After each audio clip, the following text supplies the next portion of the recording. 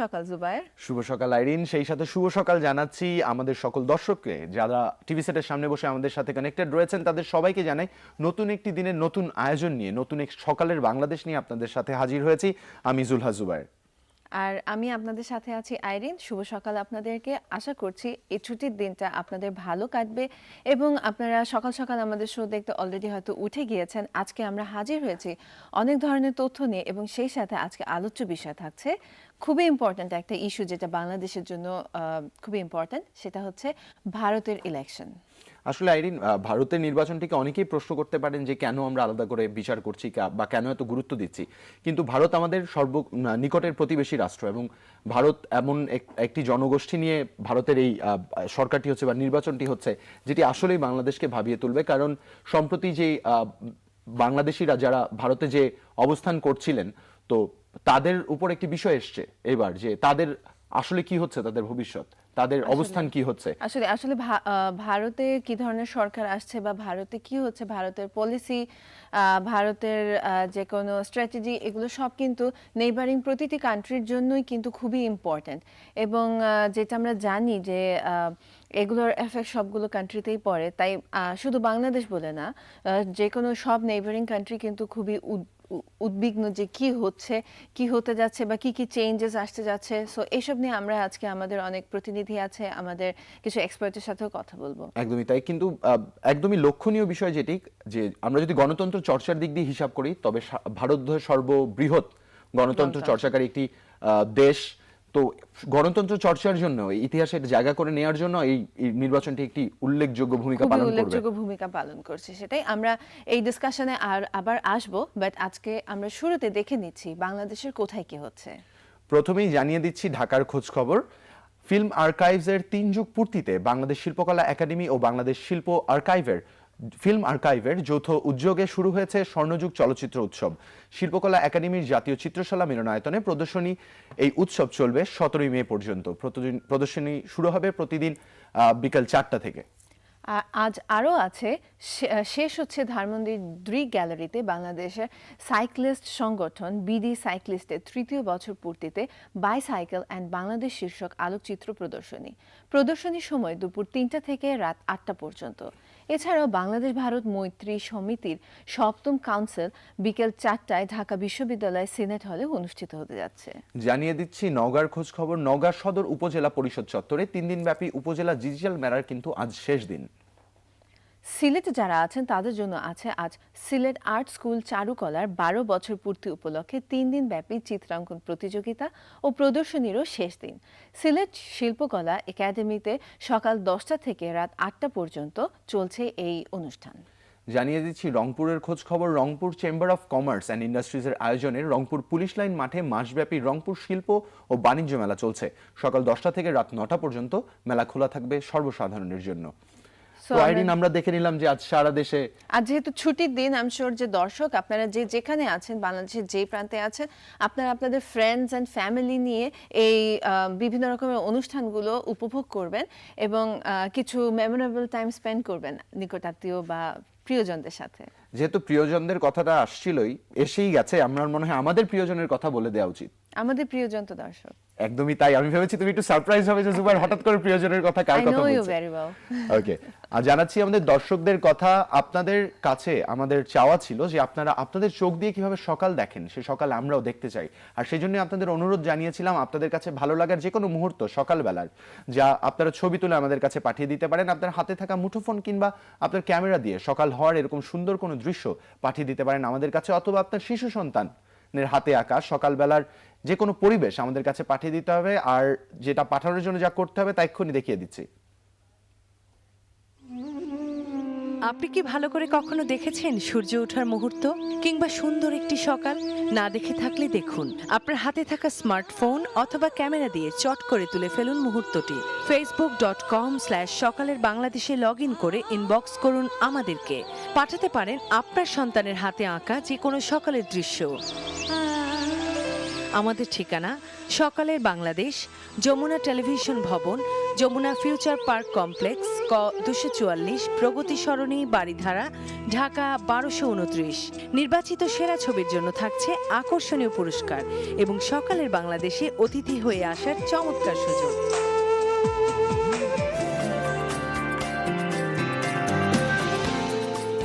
দর্শক, দেখে নিলাম কিভাবে আমাদের সাথে আপনার এই ছবিগুলো শেয়ার করতে হবে। আরিন, একটি বিষয় আমি বলতে চাই যে আমরা কিন্তু বেশ ভালো রেসপন্স পাচ্ছি। হ্যাঁ, আমরা অনেক রেসপন্স পাচ্ছি, কিন্তু রেসপন্সের কথা বলার আগে আমি জানতে চাই, তুমি প্রতিদিন বলো যে আপনার শিশু সন্তানের আঁকা কোনো ছবি কেন বড়রা আঁকতে পারবে না? বড়রা নিঃসন্দেহে ভালো ছবি আঁকেন, কিন্তু আমরা শিশু সন্তানদের কথা এই কারণেই বলি কারণ আমরা শিশু তো চোখ দিয়ে দেখতে চাই সকালটিকে তারা কিভাবে দেখে। আমাদের এই আয়োজন যে শুধুমাত্র বড়দের জন্য তা না, শিশুদেরও এখানে জায়গা রয়েছে এবং তাদের জায়গা করে দেওয়ার জন্যই আমাদের এই আয়োজন, যে তাদের হাতে আঁকা, তাদের চোখে দেখা সকালকে আমরা দেখতে চাই। আমাদের সাথে তারা যাতে শেয়ার করে। আপনার শিশু সন্তানটিকে অনুপ্রাণিত করুন, কারণ তারাই আগামীর ভবিষ্যৎ এবং তারাই আমাদের নিয়ে যাবে এক নতুন সূচনার দিকে। সো তাদের চোখে দেখা সুন্দর সকাল যদি আমরা দেখতে পারি। খুব সুন্দর সুন্দর বলেছো যে শিশু সন্তানের চোখে দেখা, ওদের ইমাজিনেশনটাকে আরো এনকারেজ করা এবং আমাদের সাথে শেয়ার করা, এটা একটা ভালো পদক্ষেপ। আই এম শিওর যারা শুনছেন এবং যারা দেখছেন আমাদেরকে, তারা অবশ্যই অনুপ্রাণিত হবেন এবং আমাদের সাথে শেয়ার করবেন। ইতিমধ্যে আমরা কিন্তু আপনাদের শেয়ার করা অনেক ছবি পেয়েছি আপনাদের কাছ থেকে। সেরকমই আজকে আমরা আপনাদের সাথে শেয়ার করতে যাচ্ছি মানিকগঞ্জের নবগ্রাম কালীগঙ্গা নদীর তীর থেকে আলোকচিত্রী তারেক ইকবাল ঢাকা থেকে পাঠিয়েছেন ছবিটি।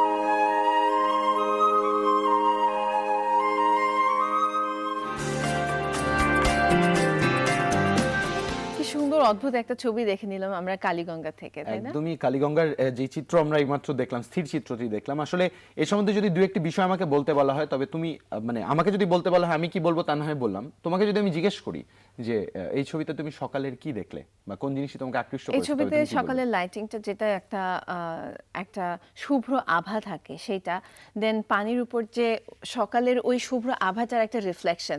এক এক সময় কিন্তু সকালের কালারের, আকাশের কালারের সাথে সাথে কিন্তু পানির কালারও চেঞ্জ হতে থাকে এবং এই ডিফারেন্ট কালার নেচারে এই জিনিসটা আমার দেখতে কিন্তু খুব ভালো লাগে। এবার যদি আমাকে জিজ্ঞেস করো যে আমি কি দেখলাম, তবে বলতে হয় আইরিন যে প্রকৃতি পরিবেশের সাথে মানুষের যে সম্মিলন, মানুষ যেভাবে মিশে আছে, এরকমই একটি চিত্র আমরা দেখছিলাম যেখানে আমরা বেদেদের একটি নৌকা দেখলাম। আমাকে এই জিনিসটি খুব, এই যে তাদের যে জীবনটা, তাদের প্রকৃতি পরিবেশের সাথে যে খাপ খাইয়ে নেওয়াটা, এই জিনিসটা আমাকে খুব টানে আসলে। এবং বিভিন্ন জায়গায় যে বিভিন্ন রকমের প্রতিকূলতা আসে এবং প্রকৃতি তো সবসময় একরকম থাকে না, বৈরী আচরণ করে, সেটার সাথে কোপ করার যে ক্যাপাসিটি, এদের যে কি রকম এক্সপিরিয়েন্স, কারণ সারাক্ষণ নেচারের সাথে চলে তারা, তাই না, এবং কোপ করে চলে, এইটার এক্সপিরিয়েন্স কিন্তু অন্যরকম। এটা আসলে তুমি খুব সুন্দর করে বৈরিতার কথা বলছিলে। আসলে আমাদের জীবনে বৈরিতার যেই বিষয়টি, তা প্রতিদিনই আমাদের সকালবেলা এই কাগজে করে আমাদের কাছে চলে আসে, যে আমাদের চারপাশে যা হচ্ছে তা আমাদের কাছে, সেই বৈরিতার খবরই কিন্তু আমাদের জানান দেয় আমাদের এই সংবাদপত্রগুলো। তো এই মুহূর্তে পড়ে শোনাচ্ছি আজকে জাতীয় দৈনিকের প্রধান শিরোনামগুলো। আইরিন, তোমার কাছে কি আছে? আমি শুরু করছি। আমার কাছে প্রথমে আছে প্রথম আলো আজকে শিরোনাম করেছে, যেটা আমরা কালকে দেখেছি যে একটা লঞ্চ ডুবে গিয়েছে। মেঘনায় লঞ্চ ডুবিয়ে 12 লাশ উদ্ধার, 240 যাত্রী নিখোঁজ, স্বজনদের আহাজানি, 3 সদস্যের তদন্ত কমিটি। 2 সেনা কর্মকর্তাকে গ্রেফতারের অনুমতি পেল পুলিশ, নারায়ণগঞ্জে 7 খুন।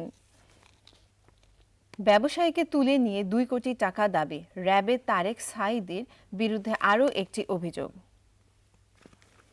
কার হাতে উঠছে শাসনভার, প্রতীক্ষার অবসান হবে আজ সন্ধ্যার মধ্যেই ভারতের লোকসভা নির্বাচন। আমার হাতে আছে দৈনিক সমকালের শিরোনাম পড়ে শোনাচ্ছি। প্রথমেই তারা ওই আইরিন একই শিরোনাম করেছে, মেঘনা সর্বনাশী, গজারিয়ায় লঞ্চডুবি, 14 জনের লাশ উদ্ধার, শতাধিক নিখোঁজ, দুঃখজনক। এবং নারায়ণগঞ্জের খবর নিয়ে তারাও চেপেছে, সেই র্যাব কর্মকর্তাদের গ্রেফতারে বাধা নেই, স্বরাষ্ট্র মন্ত্রণালয়কে সশস্ত্র বাহিনী বিভাগের চিঠি। নারায়ণগঞ্জে 7 খুন নিয়ে তারা চেপেছে এবং যে বিষয়টি নিয়ে আমরা আজ প্রথম থেকে কথা বলছি ভারতের লোকসভা নির্বাচন, এখানে তাদের দুটো সংবাদ চেপেছে, আমি যা পড়ে শোনাতে চাই।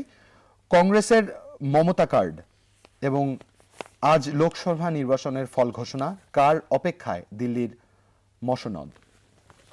আমার হাতে আছে দৈনিক ইত্তেফাক। দৈনিক ইত্তেফাক আজকে শিরোনাম করেছে, সবশেষে গ্রেফতার হচ্ছেন সেই 3 র্যাব কর্মকর্তা, সম্মতি দিয়েছে প্রতিরক্ষা মন্ত্রণালয়। মেঘনায় লঞ্চডুবি, 12 লাশ উদ্ধার, নিখোঁজ 1.5 শতাধিক। নূর হোসেনের নির্যাতন থেকে রক্ষায় কেউ এগিয়ে আসেনি, জানালেন কাউন্সিলর নীলা। এবং লোকসভা নির্বাচন, মোদির মন্ত্রিসভা ভোট গণনার আগেই চূড়ান্ত, আজ লোকসভা নির্বাচনের ফল প্রকাশ। আমার হাতে এই মুহূর্তে আছে আইরিন দৈনিক যুগান্তর। যুগান্তরের শিরোনাম পড়ে শোনাচ্ছি। প্রথমেই নারায়ণগঞ্জের সেই 7 খুন নিয়ে তারা সংবাদ চেপেছে। গ্রেফতারে বাধা নেই র্যাবের সেই 3 কর্মকর্তাকে, স্বরাষ্ট্র মন্ত্রণালয়কে প্রতিরক্ষা মন্ত্রণালয়ের চিঠি। পরবর্তীতে মেঘনার লঞ্চডুবি নিয়ে তারাও সংবাদ করেছে। ঝড়ে মেঘনায় 300 যাত্রী সহ লঞ্চডুবি, 18 লাশ উদ্ধার। উদ্বেগজনক আসলে আইরিন, এতগুলো প্রাণ এরকম হারিয়ে যাওয়া। এবং সেই দিল্লির খবরও তারা ছেপেছে। দিল্লির মসনদ কার চূড়ান্ত হবে আজ। মূলত ভারতের লোকসভা নির্বাচন 2014 এই নিয়ে তারা সংবাদ ছেপেছে এবং গুম খুনে সরকার চাপে, এই বিষয়ে একটি শিরোনাম এসেছে। এবং আরেকটি শিরোনাম আমি পড়ে শোনাতে চাই যুগান্তর থেকে। ভুয়া নীতিমালা ও বেনামি চিঠি দিয়ে শুরু হয় চক্রান্ত, সম্মাননা স্মারক, জালিয়াতি নেপথ্যের ষড়যন্ত্র। আমার হাতে আছে দ্য ডেইলি স্টার। আজকে ডেইলি স্টার যে শিরোনাম করেছে তা হচ্ছে, launch capsize, 17 die in Meghna, over 100 feared missing. Government stance exposes reason for inaction. No legal bar to arrest, says Defense Ministry. Properties of main accused seized. এবং as usual দিল্লির খবর আছে, BJP upbeat ahead of polls results. Lok Sabha total seat 543 and single majority 272. Irene, আমার কাছে সর্বশেষ যে দৈনিকটি আছে তা হচ্ছে দৈনিক জনকণ্ঠ। জনকণ্ঠ লাল কালিতে শিরোনাম করেছে, অগস্ত যাত্রা, ঢাকাই ছবির বড় দুর্বলতা, ভালো গল্প নেই, সিনেমার হলে পরিবেশ নোংরা, মেধাহীন পরিচালক, অভিনেতা নেই, হলে গিয়ে সিনেমা দেখার বদলে ঘরে বসে টিভিতে দেখছে বিদেশি সিরিয়াল। চ্যালেঞ্জের মুখে 8,000 কোটি টাকার স্বর্ণের বাজার। এবং সর্বশেষ যেই শিরোনামটি আমি পড়ে শোনাতে চাই দৈনিক জনকণ্ঠ থেকে, আজ দুপুরের ভেতরেই পরিষ্কার হবে কে বসছেন মসনদে। মূলত ভারতের লোকসভা নির্বাচনে যেই সম্ভাব্যতার কথা আমরা বলছিলাম, সেই সম্ভাব্যতা নিয়ে দৈনিক জনকণ্ঠ শিরোনাম ছেপেছে।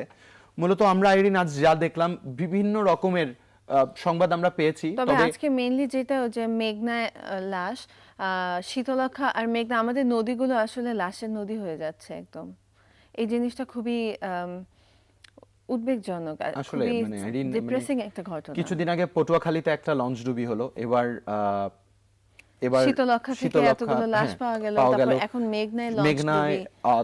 গতকাল আবার প্রায় 30টি মাছ ধরার ট্রলারও ডুবে গেছে। এবং আসলে এবং উদ্ধার কাজও কিন্তু বেশ ডিলেড হয়ে, যে উদ্ধার করার জন্য যে ইয়েটা এসেছে, যে ট্রুপটা এসেছে, তারাও কিন্তু 2-3 ঘন্টা ডিলেড ছিল এবং লোকেশন খুঁজে বের করতেও যথেষ্ট সময় নিয়েছে। আমার মনে হয় আমাদের এই জিনিসগুলোতে কর্তৃপক্ষের দৃষ্টি আকর্ষণ করা উচিত এবং এই প্রসেসগুলোকে আরো ফাস্টেন করা উচিত। একদমই তাই আইরিন। আমি যে বিষয়টিতে দৃষ্টি আকর্ষণ করতে চাই তা হচ্ছে ভারতের লোকসভা নির্বাচন।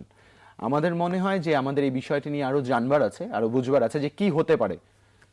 এটা যেমন আজকে বেশিরভাগ সব পত্রিকাতে ইনফ্যাক্ট এই ইস্যুটা উঠে এসেছে, এটাই সব হেডলাইনগুলোর মধ্যে কিন্তু আছে, প্রত্যেকটি ইম্পর্টেন্ট নিউজ পেপারগুলোতে। তার মানে আমরা কিন্তু বুঝতে পারছি যে এই ইন্ডিয়ার ইলেকশনটা কতটা ইম্পর্টেন্ট বাংলাদেশের জন্য, সেটা আমরা জেনে নিব।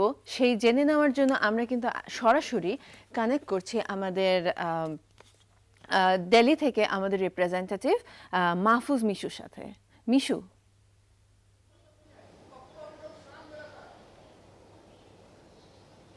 আইরিন, মিশু, আপনি এখন দিল্লিতে অবস্থান করছেন। আপনি কয়েকদিন ধরে দিল্লিতে অবস্থান করছেন। আপনি যদি আমাদের জানিয়ে দেন যে দিল্লিতে এখন ইলেকশন অলমোস্ট, ইন্ডিয়াতে ইলেকশন এখন অলমোস্ট শেষের পথে, এবং আজকে আমরা জানি যে ভোট গণনা শেষ হবে এবং আমরা রেজাল্ট জানতে পারবো। তো ওখানকার বর্তমান পরিস্থিতি কীরকম?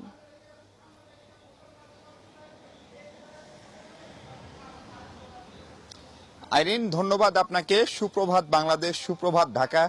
দিল্লি থেকে আপনাদের সাথে সরাসরি সংযুক্ত হচ্ছে এবং দিল্লির যে অবস্থা এখন, দিল্লি তথা পুরো ভারতবর্ষ জুড়ে আজকে কিন্তু একটা অন্যরকম একটা ফ্রাইডে। তারা বলছে ইটস আ বিগ ফ্রাইডে। ভারতীয় জাতির ইতিহাসে, ভারতের স্বাধীনতা পরবর্তী ভারতের ইতিহাসে আজকের এই শুক্রবারটি কিন্তু সত্যি অনন্য, অসাধারণ। এবং ভারতীয় যেসব ধর্মবিশ্বাস, যেসব প্রচলিত রীতি, যারা হাত দেখেন, সবার কাছেই কিন্তু এই শুক্রবার নিয়ে নানা রকম বিশ্লেষণ, নানা রকম আলোচনা। এখন প্রশ্ন হচ্ছে, এত আলোচনা কেন আজকের এই ফ্রাইডে নিয়ে, কেন আজকের এই শুক্রবারটা নিয়ে এত আলোচনা?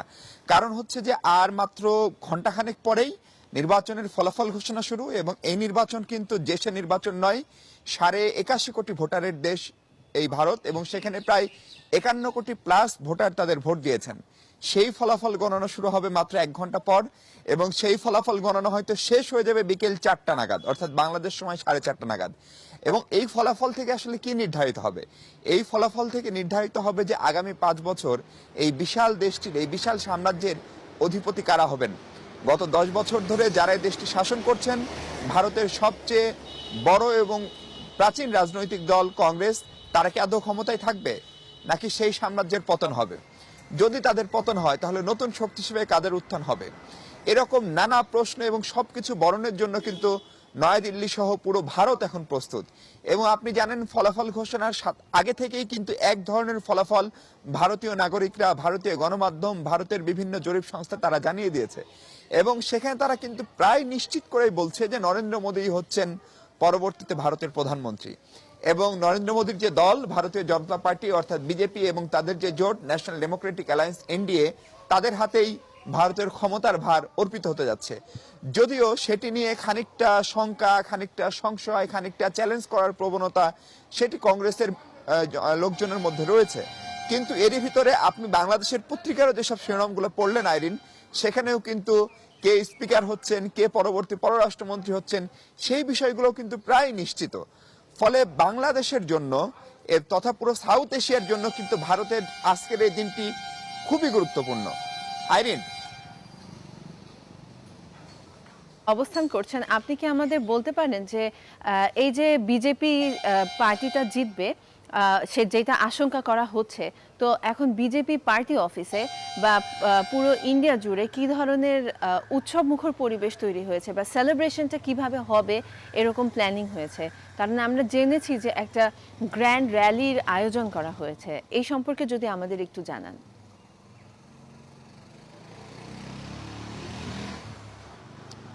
নিঃসন্দেহে ভারত তো আসলে এখন উৎসবের দেশ, এবং সেই উৎসব কিন্তু সর্বত্র। আমরা কালকে রাত্রে যখন নয়াদিল্লির বিভিন্ন অলিগলিতে ঘুরেছি, যখন কংগ্রেস অফিসে গিয়েছি, যখন আমরা বিজেপি অফিসে গিয়েছি, এমনকি নতুন দল হালের ক্রেজ অরবিন্দ কেজরিওয়ালের আম আদমি পার্টি অফিসে গিয়েছি, সব জায়গায় কিন্তু একটা অন্যরকম উৎসবের আমেজ। এবং সবাই কিন্তু লক্ষ্য করছেন, সবার কিন্তু টার্গেট হচ্ছে বিজয়টি তার কাছে ধরা দিবে।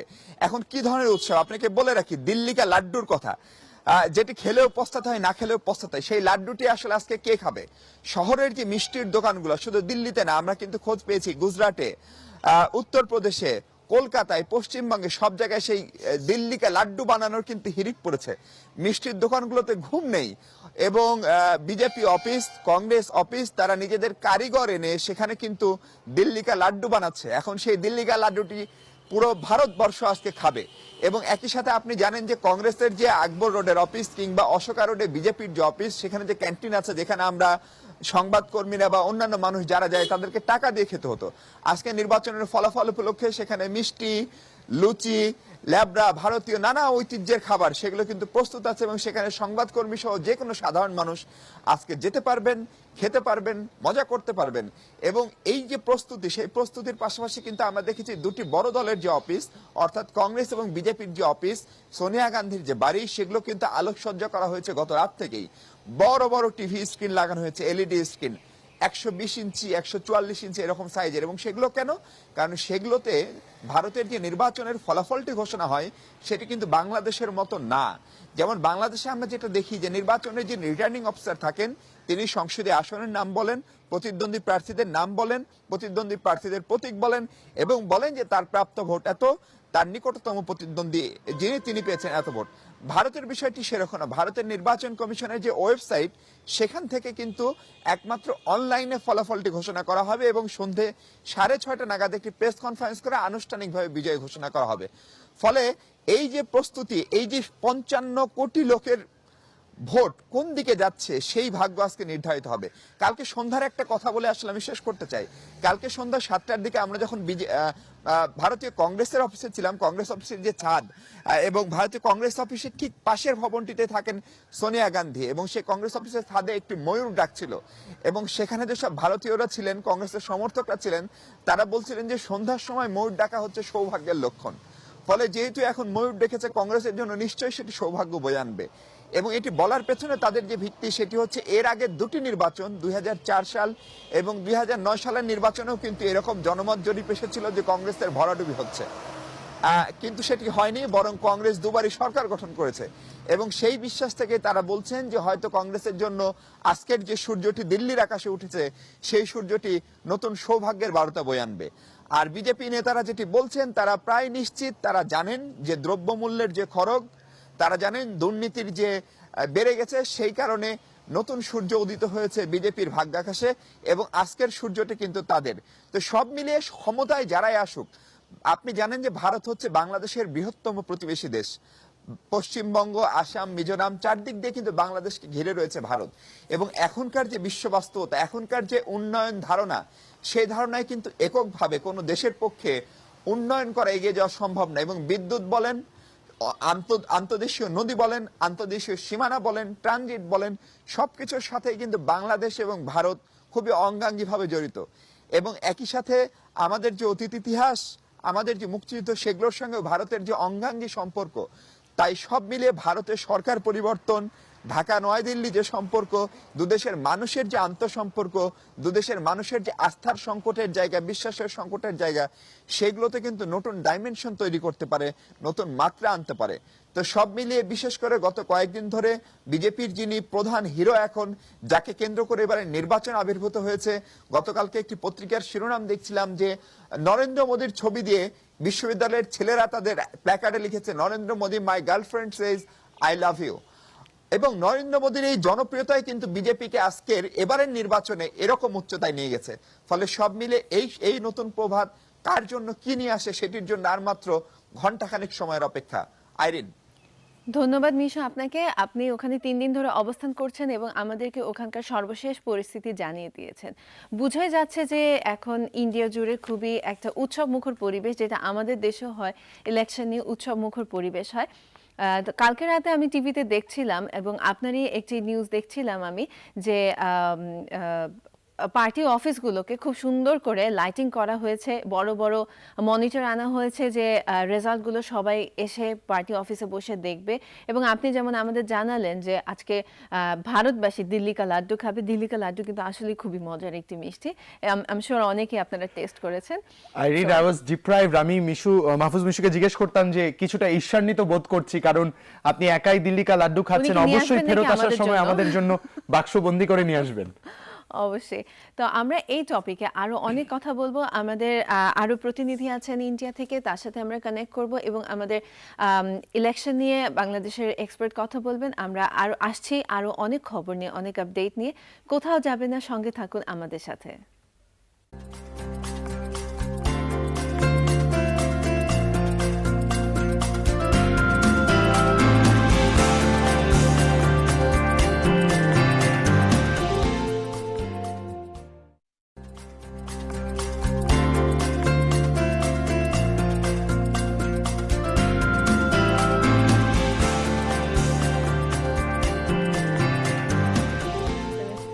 দর্শক, বিরতির পর আরো একবার স্বাগত জানাচ্ছি যমুনার প্রতিদিনকার সকালের আয়োজন সকালের বাংলাদেশ, যে আয়োজন শুধুমাত্র আপনাদের জন্য এবং আপনাদেরকে নিয়েই।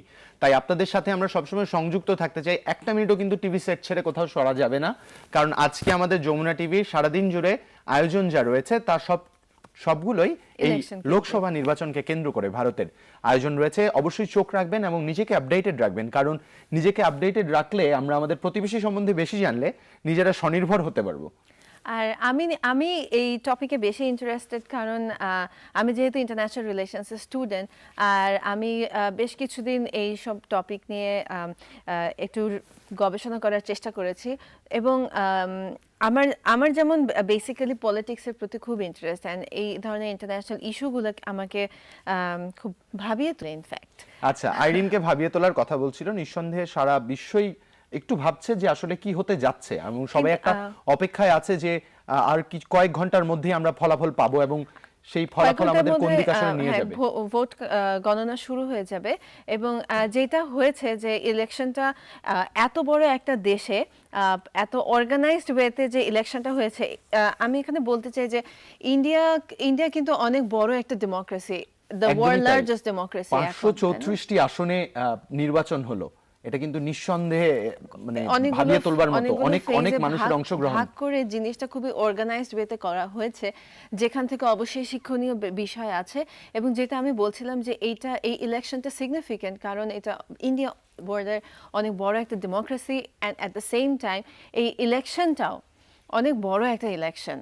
তাই এই দুটো কারণে প্রথমেই যেমন পুরো বিশ্ব ইন্ডিয়ার দিকে নজর রেখেছে, at the same time India যেমন একটি রাইজিং পাওয়ার, তাই ইন্ডিয়াতে ইলেকশন হয়ে কোন গভর্নমেন্ট পাওয়ারে আসছে, এবং যেহেতু 10 বছর কংগ্রেস ছিল, যে 10 বছরের একটি শাসনকাল, সেই রেজিমটা চেঞ্জ হতে যাচ্ছে। সো সেই রেজিম চেঞ্জ হয়ে নতুন যে গভর্নমেন্ট পাওয়ারে আসবে, সেই গভর্নমেন্টের সাথে বা সেই রেজিমটার সাথে বাকি নেইবারিং কান্ট্রিগুলো বা বিশ্ব কিভাবে ইন্টারঅ্যাক্ট করবে, এ কারণে এই ইলেকশনটা কিন্তু খুব ইম্পর্টেন্ট। এই সমস্ত সম্পর্কে আমরা আরও কথা বলবো, আরও অনেক কিছু জানবো, তবে সর্বশেষ নিউজ হেডলাইনগুলো জেনে নিতে আমরা চলে যাচ্ছি আমাদের নিউজ স্টুডিও থেকে আমাদের সহকর্মী ইমতিয়াজ মাশরাফি জানিয়ে দিচ্ছে আমাদের আজকের নিউজ হেডলাইনগুলো। মাশরাফি। ধন্যবাদ আইরিন। যমুনার হেডলাইন নিউজে আমন্ত্রণ জানাচ্ছি আমি ইমতিয়াজ মাশরাফি। মুন্সিগঞ্জের গজারিয়া এলাকায় ডুবে যাওয়া লঞ্চ উদ্ধারে কাজ চালিয়ে যাচ্ছে উদ্ধারকারী দল। এখন পর্যন্ত 21 জনের মরদেহ উদ্ধার করা হয়েছে। এদের মধ্যে 16 জনের মরদেহ স্বজনদের কাছে হস্তান্তর করা হয়েছে। উদ্ধারকারী জাহাজ প্রত্যয় ও দুর্বার দুপুরের আগেই লঞ্চটি টেনে তুলতে পারবে বলে আশা করা হচ্ছে। কোস্টগার্ড, নৌবাহিনী ও ফায়ার সার্ভিসের কর্মীরা বৃহস্পতিবার সন্ধ্যা থেকে উদ্ধার কাজ শুরু করেন। বৃহস্পতিবার বিকেল 3:30টার দিকে এমভি মিরাজ 4 নামের লঞ্চটি ডুবে যায়। এখনও নিখোঁজ আছেন 150-র বেশি যাত্রী।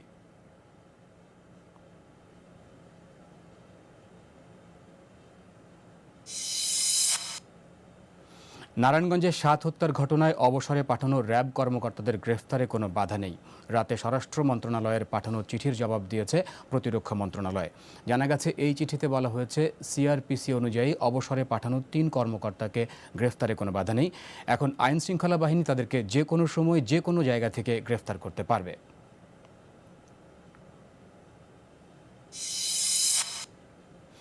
16তম লোকসভা নির্বাচনের বহুল প্রতীক্ষিত ফলাফল প্রকাশ করা হবে আজ। কিছুক্ষণের মধ্যেই শুরু হবে ভোট গণনা।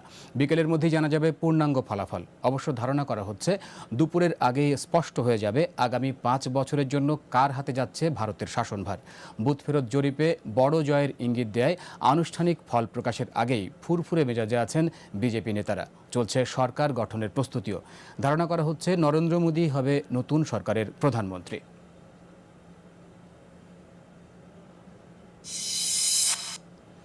সিরিয়ায় গাড়ি বোমা বিস্ফোরণে মারা গেছে অন্তত 29 জন। নিহতদের মধ্যে 5 জন নারী ও 3 জন শিশু রয়েছে। আহত হয়েছে অর্ধশতাধিক। আলেপ্পোয় সিরিয়া তুরস্ক সীমান্তের কাছে আত্মঘাতী হামলা চালানো হয়। বৃহস্পতিবার সিরিয়ার আলেপ্পো প্রদেশের কারাজ সাজু এলাকার কাছে এই গাড়ি বোমার বিস্ফোরণে বিধ্বস্ত হয় বেশ কয়েকটি গাড়ি।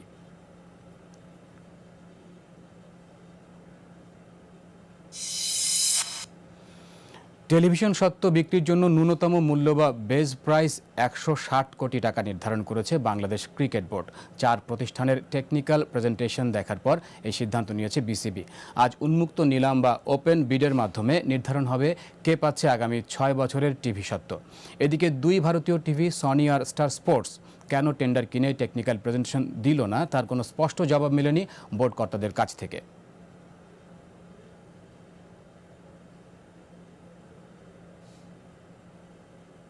এই ছিল এখনকার মতো। ফিরে যাচ্ছি সকালের বাংলাদেশে আইরিন আর জুবাইরের কাছে। ধন্যবাদ আমাদেরকে নিউজ আপডেটগুলো জানিয়ে দেওয়ার জন্য। এবং আমরা নিউজে যেটা দেখতে পেলাম যে ভারতীয় ইলেকশন এই নিউজেও অনেক ইম্পর্ট্যান্ট একটি জায়গা করে নিয়েছে।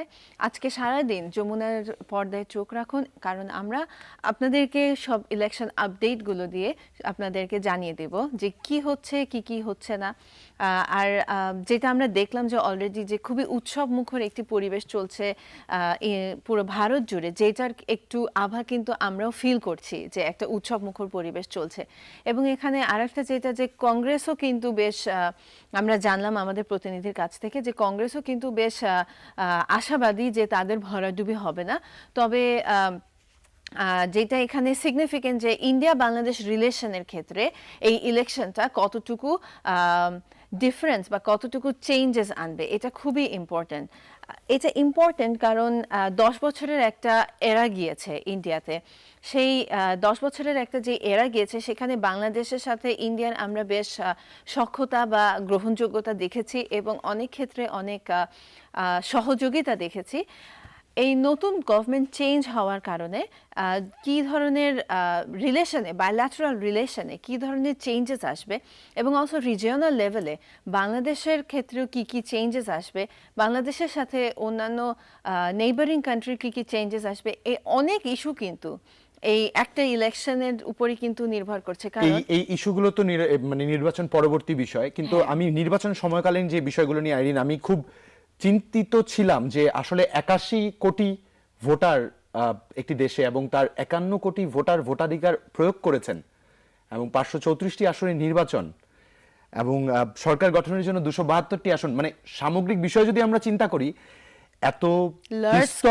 এত বিস্তর এটিকে গুছিয়ে আনা সুষ্ঠুভাবে সুন্দরভাবে এবং কিছু কিছু জায়গায় কমপ্লেনও গেছে, 6টি আসনে পুনর্নির্বাচনও হয়েছে, সবকিছু মিলিয়ে আমি খুব দুশ্চিন্তায় ছিলাম। খুব মিনিমাম 6টি আসন এবং এটি পার্সেন্টেজ যদি আমরা হিসাব করি খুবই কম। আরেকটা জিনিস আমার কাছে মনে হচ্ছে যে একে তো এটা খুবই শিক্ষণীয় একটা বিষয় যে কিভাবে জিনিসটা অর্গানাইজ করলো। এটা আই এম শিওর পুরো ওয়ার্ল্ডের সব দেশের জন্য এটা একটা যারা গণতন্ত্র চর্চা করছে এটা একটা কেস স্টাডি।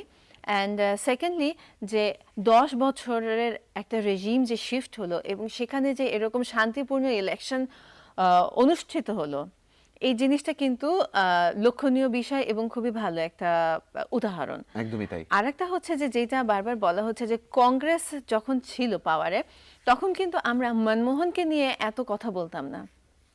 এখন আমরা যেমন বিজেপি পাওয়ারে আসলে মোদিকে যেভাবে নরেন্দ্র মোদিকে যেভাবে বরণ করার কথা বলা হচ্ছে বা উৎসব করা হচ্ছে এবং তিনি কিন্তু পার্টিটার ব্র্যান্ড অ্যাম্বাসেডর এবং তাকে ঘিরেই কিন্তু পার্টিটা। কিন্তু কংগ্রেসের ক্ষেত্রে কিন্তু এরকম লাইক একটা ক্যারেক্টার সেন্ট্রিক ছিল না।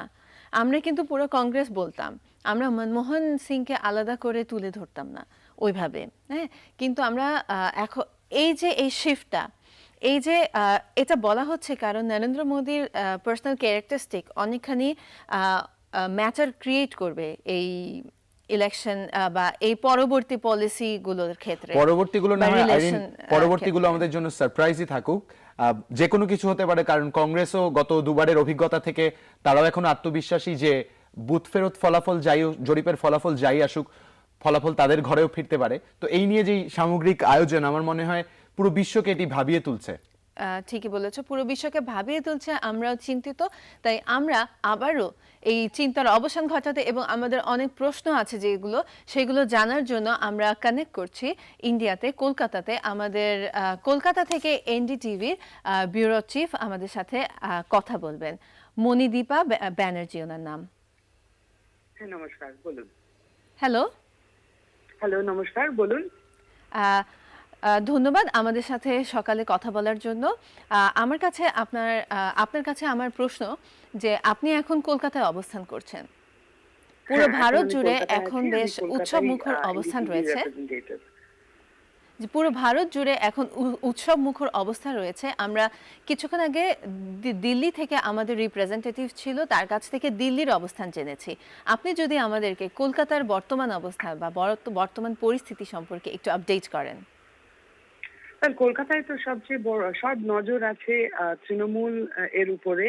আমাদের এখানটা রুলিং পার্টি মমতা ব্যানার্জির তৃণমূল পার্টি 2009 সালে তারা পেয়েছিল 19টা সিট। পশ্চিমবাংলায় আছে 42 সিট, তৃণমূল পেয়েছিল 19। তো এবার কতখানি বাড়বে তৃণমূলের সিট, এই নিয়েই এখন জল্পনা কল্পনা। যা এক্সিট পোল যা অনেকেই বলছে সে 20 থেকে 30 পর্যন্ত হতে পারে, এন্ড সেটার উপরই সবার নজর। এও নজরে আছে কি বামপন্থীরা কেমন পারফর্ম করবে। গতবার 2009 সালে তারা পেয়েছিল মাত্র 15টা সিট, এখন তারা সেটা বাড়াতে পারবে কিনা না কমে যাবে, এটাও নজরে সবার। আর ফাইনালি অফকোর্স সবার নজর হলো পশ্চিমবাংলায় কি মোদি ওয়েভ দেখা দেবে কি না। 2009 সালে বিজেপি পশ্চিমবাংলায় একটাই সিট পেয়েছিল, দার্জিলিং, সেটাও গোর্খা জনমুক্তি মোর্চার সাহায্যে। এবার বিজেপি অল 42 সিটস এ ক্যান্ডিডেট দিয়েছিল, অ্যান্ড প্রচন্ড লড়াই হয়েছে। নরেন্দ্র মোদী পশ্চিমবাংলায় এসছে 5 বার, উনি 9টা বড় বড় মিটিং করেছেন। একটা যেটা ধারণা কি হ্যাঁ একটা নরেন্দ্র মোদী পশ্চিমবাংলায়ও আছে, পশ্চিমবাংলা বাইরে নেই নরেন্দ্র মোদী ওয়েভের, তাই সেটার কি ইম্প্যাক্ট হবে সেটা নিয়েও এখন জল্পনা। ধন্যবাদ। মমতা ব্যানার্জি যেটা বলেছেন যে তিনি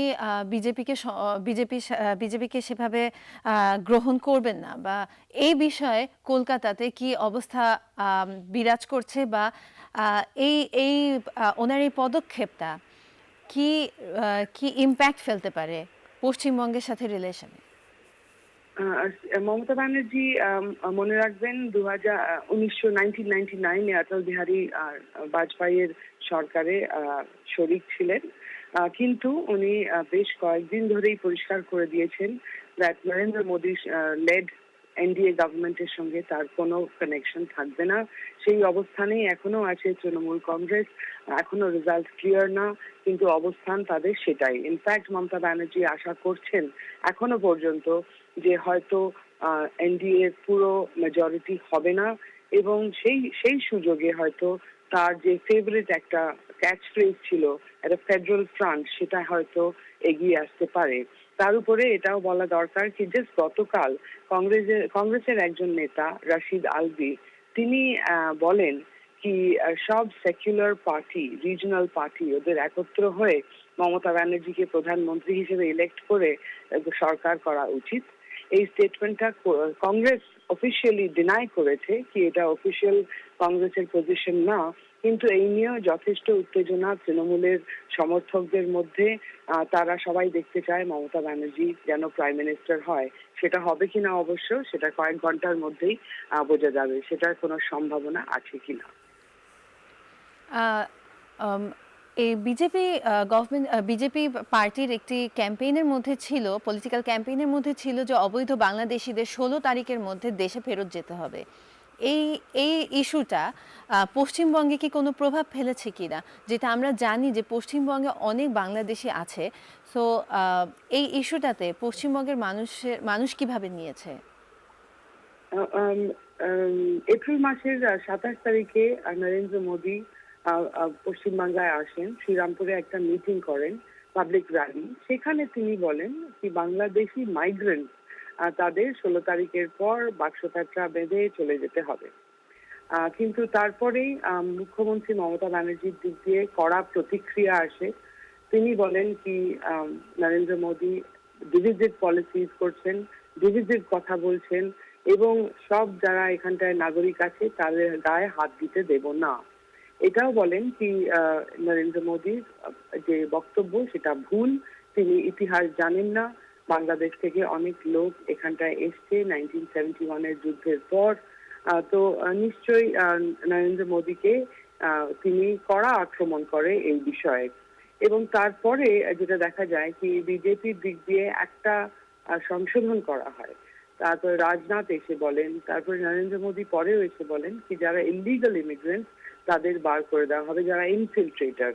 কিন্তু এটা নিয়ে নিশ্চয়ই পশ্চিমবাংলায় যথেষ্ট আলোড়ন পড়েছে। পশ্চিমবাংলা কেন, সারা ভারতেই এটা নিয়ে যথেষ্ট কথা হয়েছে কি নরেন্দ্র মোদী এরকম ডিভিসিভ কমিউনাল কথা কেন বলছেন, সেটা বলা উচিত না। এবং মুখ্যমন্ত্রী মমতা ব্যানার্জি যে বক্তব্য রেখেছেন তার যথেষ্ট সাপোর্ট পেয়েছেন তিনি, যে বাংলাদেশি যাদের নরেন্দ্র মোদী যাদের মিল করছে তাদের ব্যাপারটা আলাদা, কিন্তু প্রচুর ওপার থেকে লোক আছে আমাদের এখানটায় যারা সিটিজেন, যাদের রেশন কার্ড আছে, ভোটার কার্ড আছে, তাদের কি করে গায়ে হাত দেয় মোদী, এটাই দেখার। কিন্তু আরেকটা সেকশন আছে যারা বলছে কি এটা হলো ইলেকশন ক্যাম্পেইনের মধ্যে যেরকম গরম গরম কথা বলা দরকার, সেই জন্যই মোদী এরকম কথা বলেছে।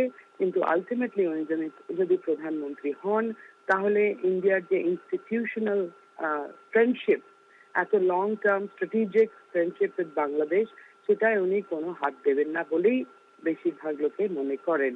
কারণ এইটাই আর কি অনেকের ভরসা যারা নরেন্দ্র মোদীর সম্বন্ধে একটু সতর্ক এবং স্লাইটলি কেয়ারফুল, তারা বলছে কি নরেন্দ্র মোদী হোক বিজেপির, নরেন্দ্র মোদীর RSS কানেকশন হোক, কিন্তু India is now 66 years old as a democracy, এবং তার যে ইনস্টিটিউশনস আছে, তার যে ট্রেডিশনাল টাইজ আছে, তার যে নেবারহুডে যেটা আমরা দেখে এসেছি ধারাবাহিকভাবে যেরকম রিলেশনশিপ আছে, সেগুলো উনি কেন ডিস্টার্ব করতে যাবেন?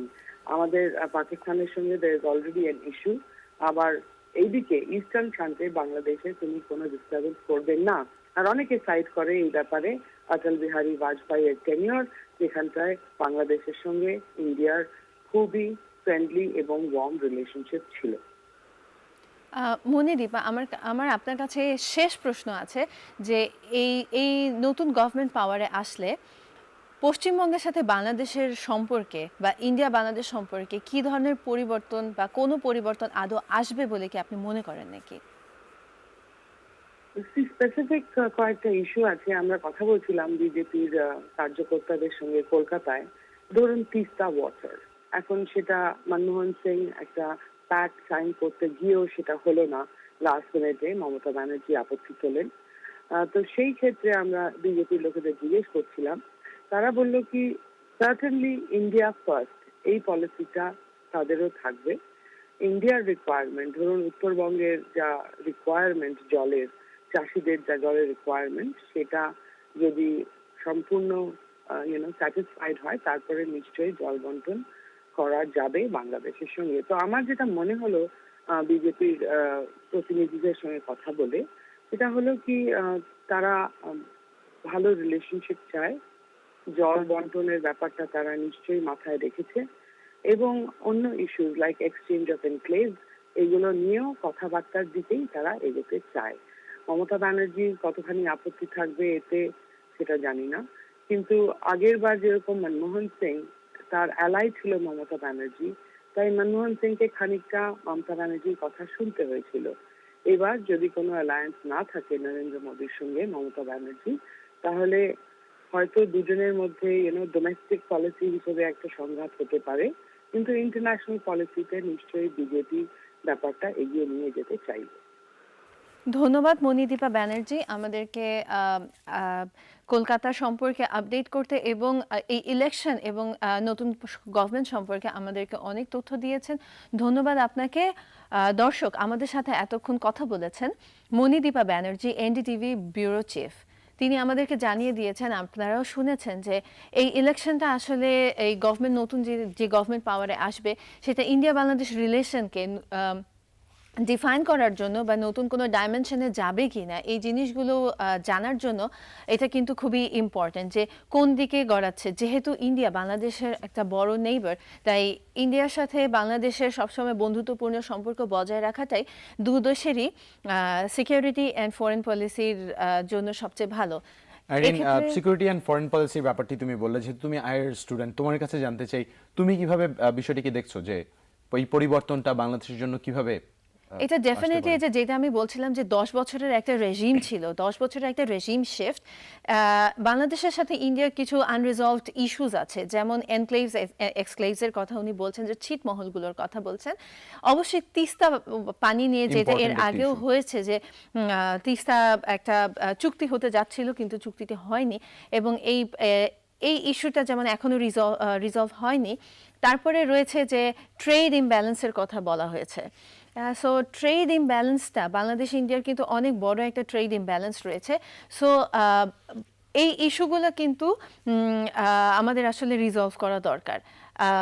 আশা করি আমি বেসিক্যালি অপটিমিস্টিক মানুষ, তাই আমি আশা করি যে এই নতুন সরকারের কাছ থেকে হয়তো আমরা ইতিবাচক কিছু সাড়া পেতে পারি। কারণ যদিও অবৈধ বাংলাদেশিদেরকে একটা টাইমলাইন বেঁধে দেওয়া হয়েছে যে এর মধ্যে দেশে ফেরত যেতে হবে, এবং সেটা নিয়ে কিন্তু যেটা আমরা জানলাম যে পশ্চিমবঙ্গের সরকার কিন্তু এটা সাপোর্ট করেননি।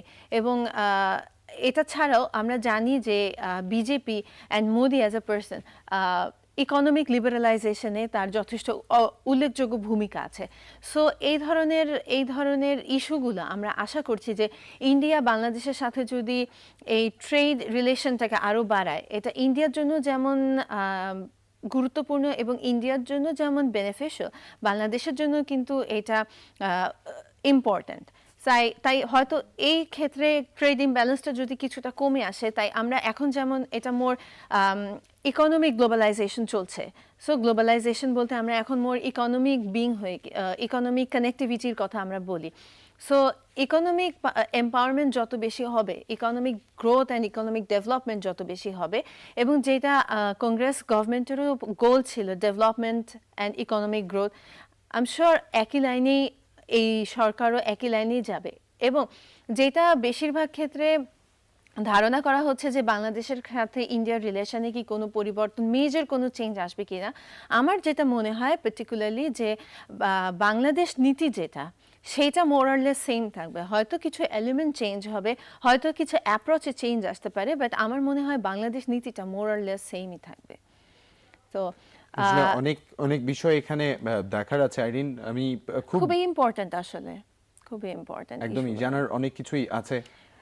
আমার মনে হয় আমরা বিস্তারিত আরো জানতে পারবো। সারাদিন অনেক ঘটনা ঘটছে, সারাদিনে অনেক ঘটনা ঘটছে, এবং আরো অনেক কিছু জানতে হলে আমরা আমাদের আমরা কথা বলবো, এখন কানেক্ট করব আমাদের গবেষক এবং নিরাপত্তা বিশ্লেষক শাফকাত মুনিরের সাথে।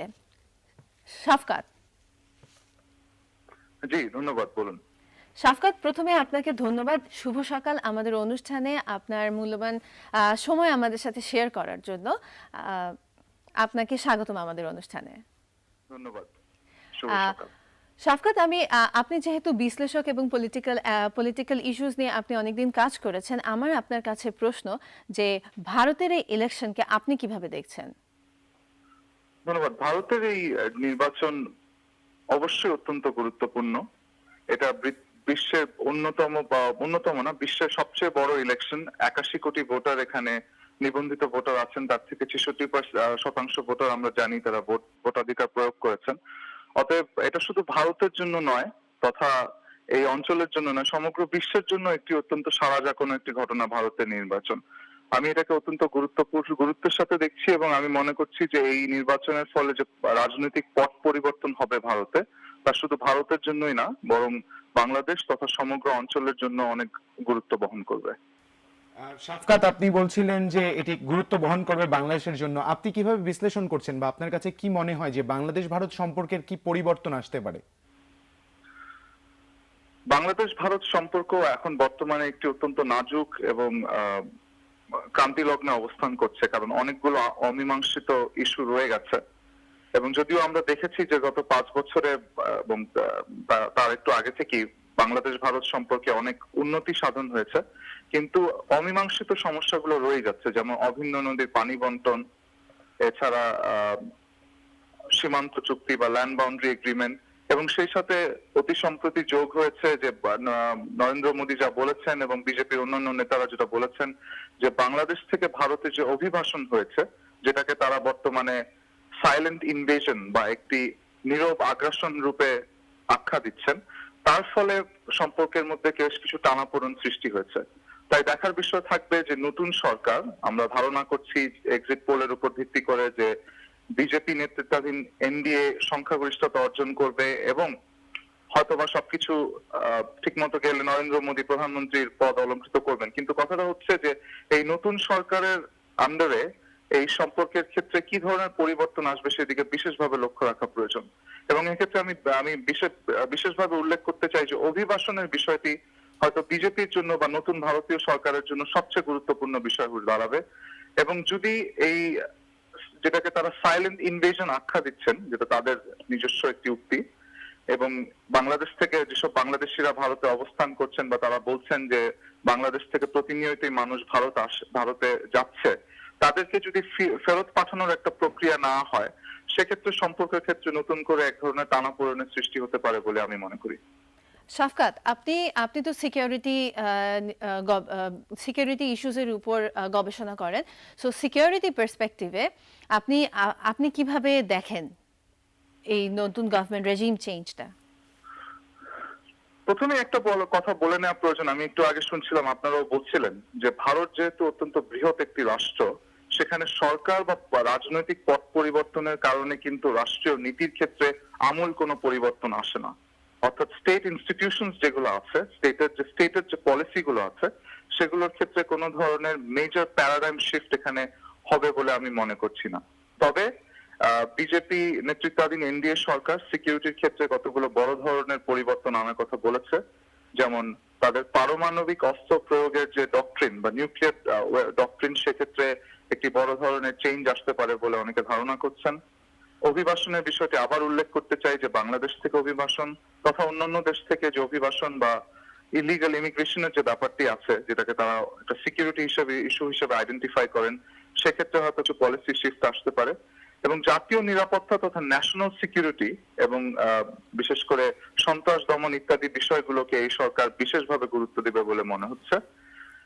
বাংলাদেশ ভারত সম্পর্কের ক্ষেত্রেও যে নিরাপত্তাগত দিকগুলো আছে, যেমন সিকিউরিটি কোঅপারেশন, উত্তর পূর্ব ভারতে বিচ্ছিন্নতাবাদ মোকাবেলা কল্পে বাংলাদেশের সহযোগিতা, এই বিষয়গুলো অবশ্যই নতুন করে আবার এই সরকারের এজেন্ডাতে উঠে আসবে। সেক্ষেত্রে বিশেষভাবে লক্ষ্য রাখা প্রয়োজন যে Narendra Modi national security team বা তার জাতীয় নিরাপত্তা টিমে কি ধরনের রাজনৈতিক ব্যক্তিবর্গের আগমন ঘটে। ধন্যবাদ শাফকাত, আমাদের সাথে আপনার অ্যানালিসিস শেয়ার করার জন্য। আমরা আরো জানবো, ভবিষ্যতে আবার আপনার সাথে কথা বলবো। ধন্যবাদ আমাদের সাথে আজকে আপনার থাকার জন্য। দর্শক, আমরা জেনে নিলাম যে আজকে ভারতের যে ইলেকশন রেজাল্টটা আসতে যাচ্ছে এবং তারপরে যে সরকার পাওয়ারে আসতে যাচ্ছে, সেটা নিয়ে যেমন একটি ভারতে উৎসবমুখর পরিবেশ চলছে, তেমনি বাংলাদেশের মানুষের মধ্যে কিছু শঙ্কা, আশঙ্কা, আনন্দ, উত্তেজনা চলছে যে পরবর্তী এই সম্পর্ক কিভাবে কন্টিনিউ হতে যাচ্ছে ভারতের সাথে। এই সম্পর্ক জিনিস, এই সমস্ত ছোটখাটো বাট ইম্পর্টেন্ট জিনিসগুলো নিয়ে সারাদিন আমরা অনেক ধরনের ডিসকাশন, অ্যানালিসিস আপনাদের সাথে শেয়ার করব। সেটা জানতে চোখ রাখুন যমুনার পর্দায়। আইরিন যেমনটি করে বলছিল, যমুনার সাথে থাকুন, যমুনার প্রতিটি আয়োজনের সাথে থাকুন এবং আজকে ভারতের লোকসভা নির্বাচন নিয়ে সর্বশেষ যে তথ্য, সেই তথ্য দিয়ে নিজেকে আপডেটেড রাখুন। আজ চলে যাচ্ছি, বিদায় নেওয়ার সময় হয়েছে। কাল আরও একবার ফেরত আসবো আপনাদের সাথে সকালের এই আয়োজন নিয়ে, সকালের বাংলাদেশ নিয়ে। ততক্ষণ পর্যন্ত যমুনার সাথেই থাকুন, সুস্থ থাকুন সবাই।